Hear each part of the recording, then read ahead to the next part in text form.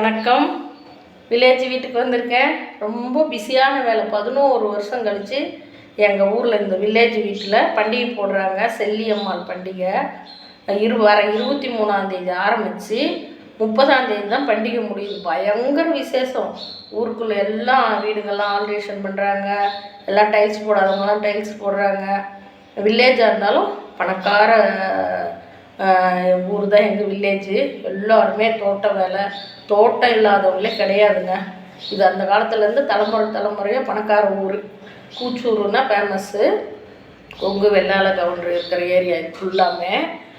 அதனால் 11 வருஷம் கழிச்சு பண்டிகை போடுறதுனால வீடெல்லாம் பூட்டி வச்சுட்டு லீவுக்கு வந்துட்டு போனது தான். அதுக்கப்புறம் வரவே இல்லை. பாருங்கள், வீடெல்லாம் என்ன கதியாக கிடக்குது. சரி, நம்ம இப்பயே வெயில் அடிக்குள்ளேயே வந்து நம்ம துணியெல்லாம் போகிறவெல்லாம் துவைச்சி போட்டு வீடெல்லாம் ஒதுங்கி வச்சுட்டு போயிடலாம். நாளைக்கு ஒரு ஆள் வரேன்னு இருக்காங்க.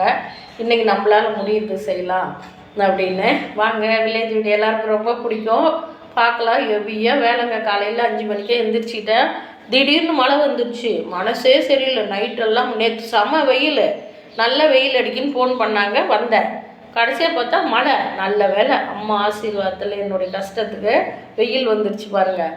வாங்க பார்க்கலாம் என்னென்ன வேலை செஞ்சிட்ருக்கிறேன்னு. பயங்கர பிஸி. சளி வேறு பிடிச்சிட்ருக்கு. ஊர்லேயே ஒரு வாரமாக உடம்பு சரியில்லை.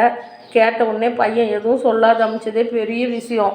இவ்வளோ உடம்பு சரியில்லாத ஏன் போகிறீங்கன்னு சொல்லுவான். போகக்கூடாதுமா என்னமோ இந்த தடவை அந்த அம்மா புண்ணியத்தில் சரி போயிட்டு வாங்க பத்திரமான்னு சொல்லிட்டான்.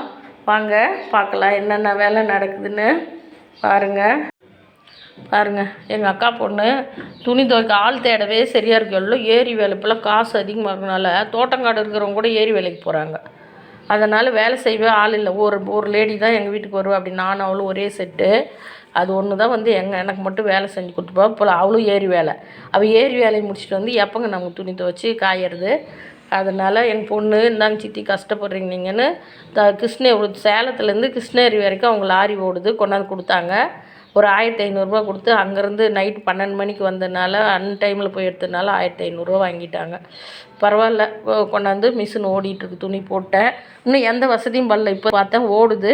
இன்னும் எந்த தண்ணி லைன் எதுவும் கொடுக்கல. சரி, இப்போதைக்கு நம்ம போட்டு அலசிக்கலாம் அப்படின்ட்டு எல்லாமே 3 மாதம் விட்டுட்டு போனாலே வந்து பண்ணவே சரியாக இருக்கும். பாருங்கள், ஓஸ் போட்டு மிஷினுக்கு தண்ணி போட்டுட்ருக்கேன். பாத்ரூமெல்லாம் டாய்லெட்டெல்லாம் நீட்டாக இருக்கும். அந்த டைல்ஸ் என்னன்னு தெரியல, அப்போ வேலை செஞ்சதுலேருந்தே கரையே போல்.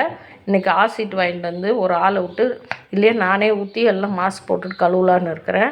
பாருங்கள், வாஷிங் மிஷின் ஓடிட்டுருக்கு. போர்வை பாருங்கள் எல்லாம் எடுத்து வச்சுருக்கேன். எல்லாம் ஒதுங்க வைக்கணும். ஃபுல்லாக ஒட்டடிக்கணும். பீரோ எல்லாமே க்ளீன் பண்ணி எல்லாமே ஒதுங்க வைக்கணும். செல்ஃபெல்லாம் க்ளீன் பண்ணணும். எல்லாம் ஒட்டடிக்கணும். இதெல்லாம் பாருங்கள், எல்லாம் இப்போ தலகாணி வர ஃபுல்லாக ஒரு 15-20 தலகாணி வாங்கி வச்சுருக்கேன். எல்லோரும் வந்தானே வேணும் இல்லைங்களா. படுக்கை வசதி இல்லை, இடம் இல்லைன்னு யாரும் சொல்லக்கூடாது. 20 தலகாணி வரைக்கும் பக்கமாக எல்லாம் எடுத்து போட்டிருக்கேன். இந்த பெட்டு கவரு தலகாணி வர இப்போ ஒரு ட்ரிப்பு ஓடி 2 ட்ரிப் ஓடி காய வச்சுட்டேன். அது நிறைய ஓடலை, ஏதோ கொஞ்சம் பால்ட்டு அதை பார்க்கணும். 3 பெட்ஷீட்டுக்கு மேலே போட்டால் ஓட மாட்டேங்குது. சரி வாங்க பார்க்கலாம். தண்ணி எல்லாம் நல்லா போகுது வருது. ஆனால் நிறைய துணி போட்டால் ஓடலை. ட்ரையர் போகல. பார்க்கலாம். ஏதோ இது வரைக்கும் புண்ணியம்.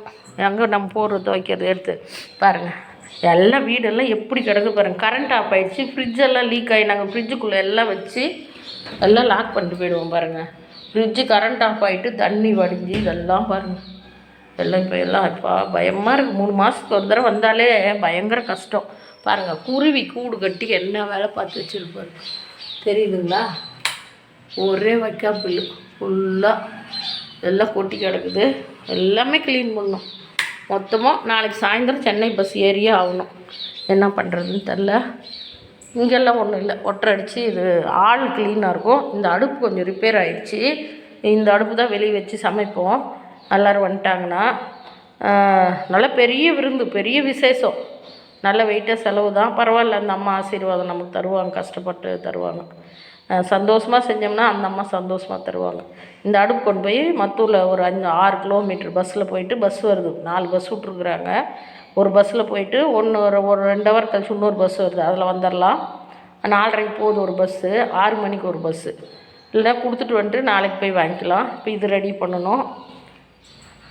வீட்டை சுற்றி பாருங்கள். காலைல எழுந்திரிச்சு அவங்கவுங்கள தேட முடியல, ஏரி வேலைக்கு போயிட்டாங்க. எல்லாம் இது ஃபுல்லாக முளைச்சிருந்தது, ஃபுல்லாலாம் க்ளீன் பண்ணேன். பாருங்க, ஒரு ட்ரிப்பு போர்வை துவச்சி 2 போர்வை தான் போட முடியுது. 3 ட்ரிப்பு போர்வெல்லாம் வாஷிங் மிஷினில் போட்டு எனக்காக வெயில் அடிக்குது பாருங்கள். காலையில் 6:30 வரைக்குமே மழை. காய வச்சுருக்கேன். ஃபுல்லாக வீட்டை சுற்றி கூட்டணும், மாடியெல்லாம் கூட்டணும், இந்த டைல்ஸுங்களெல்லாம் கழுவணும், ஜன்னல் கிண்ணல் எல்லாம் துடைச்சி எல்லாம் பண்ணி வச்சுட்டு போயிட்டோம்னா பண்டிகை டைம்லலாம் எல்லாமே வெள்ளிக்கிழமை இருந்து அடுத்த வெள்ளிக்கிழமை வரைக்கும் பண்டிகை. சரிதான், எங்கள் சொந்தக்கார பையன் அண்ணன் வந்து சொல்லிட்டு போகிறான், ஏரி வேலை செய்கிறவங்கள விட்டுருக்குறாங்களாம் கோயிலுக்கு சுத்தம் பண்ண சொல்லி. பாருங்கள், இதெல்லாம் சுத்தம் பண்ணணும், இதெல்லாமே சுத்தம் பண்ணணும். பில்லு முளைச்சி போயிருக்கெல்லாம் 2 பக்கம் கார் நிற்கும். சைட்லலாம் இது ஏரி வேலை செய்கிறவங்களும் அனுப்புகிறோங்கக்கா, நீங்கள் பக்கத்தில் நின்று எல்லாம் செதுக்கி க்ளீன் பண்ணிக்கோங்க, 3 நாளைக்கு வராங்கன்னு சொல்லிட்டு போயிருக்கா. அப்படி பரவாயில்ல, இல்லைன்னா ஆள் தேடணும் அதுக்கு. பாருங்கள், எல்லாம் இதெல்லாமே க்ளீன் பண்ணணும். இதெல்லாம் எடுத்துகிட்டு எல்லாம் க்ளீன் பண்ணணும். டைல்ஸ் மீதி ஆகிடுச்சு. இந்த தடவை வந்து மெட்ராஸுக்கு கொஞ்சம் ஏற்றிட்டு போயிடணும். எவ்வளோ டைல்ஸ் இருக்குது பாருங்கள். அதே 2-3 நாளும் காணாது போய்ட்டுருக்கு. வாங்க, ஒன்றும் சாப்பிடல, இன்னும் காலையிலேருந்து எதுவுமே சாப்பிடல. ஒரு கஷாயம் வச்சு கொடுத்தேன், பயங்கர சளி, கஷாயம் வச்சு குடிச்சிருக்கேன். இப்போ போயிட்டு என்ன செய்யலாம், கருப்பரிசி இருக்குது, கோதுமை ரவை இருக்குது, ஏதோ ஒன்று பார்க்கலாம். என்ன இருக்குது, ஓகே, கோதுமை ரவை இருக்குது. வெங்காயம் போட்டு உப்புமா செஞ்சுக்கலாம். மத்தியானத்துக்கு என்ன பேசிக்கலாம். எங்கள் சின்னம்மா இல்லை, எங்கள் சித்தி இருந்தாங்கன்னா ஏதோ ஒன்று செஞ்சு தருவாங்க. அவங்க உடம்பு சரியில்லைப்பா, அவங்க ஊருக்கு போயிட்டாங்களாம்.